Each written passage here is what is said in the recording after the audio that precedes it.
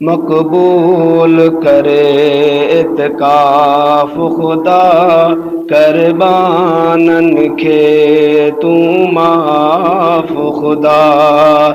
मकबूल करे इत्काफ खुदा करबानन खे तू माफ खुदा। इत्काफ अंदर जे वेठा आहिनि, इत्काफ अंदर जे वेठा आहिनि, इत्काफ अंदर जे वेठा आहिनि, इत्काफ अंदर जे वेठा आहिनि।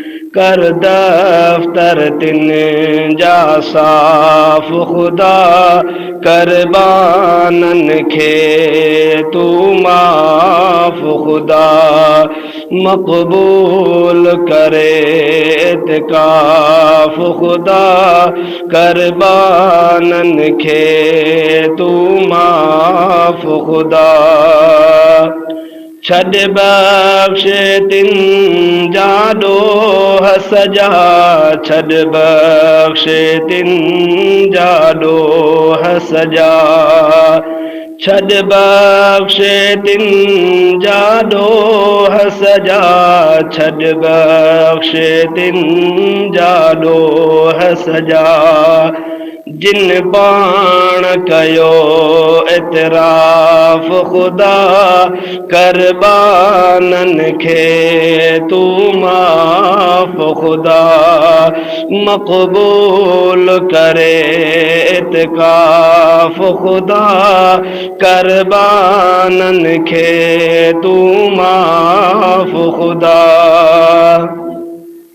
दे ख़ास हिदायत तिन खे तूं, दे ख़ास हिदायत तिन खे तूं, दे ख़ास हिदायत तिन खे तूं, दे ख़ास हिदायत तिन खे तूं।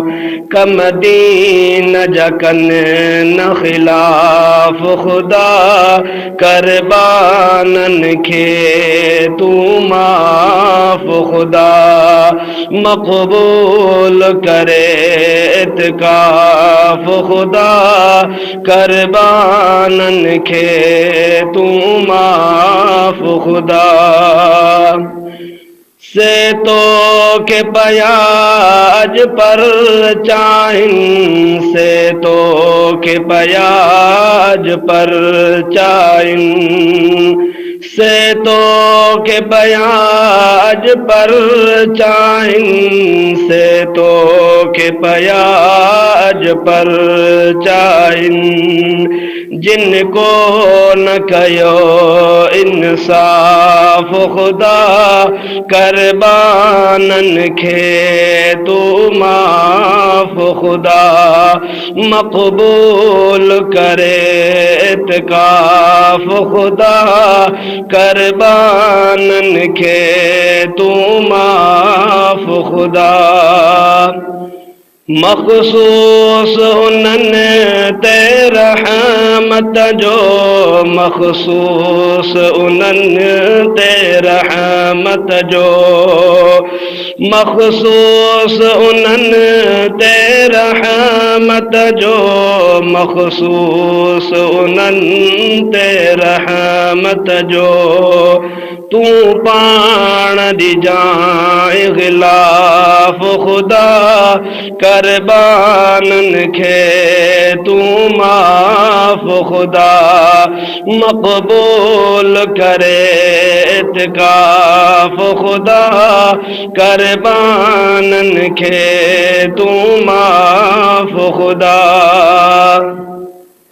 जुल्फ़कार दुआ सर की तो गोरे, जुल्फ़कार दुआ सर की तो गोरे, जुल्फ़कार दुआ सर की तो गोरे, जुल्फ़कार दुआ सर की तो गोरे।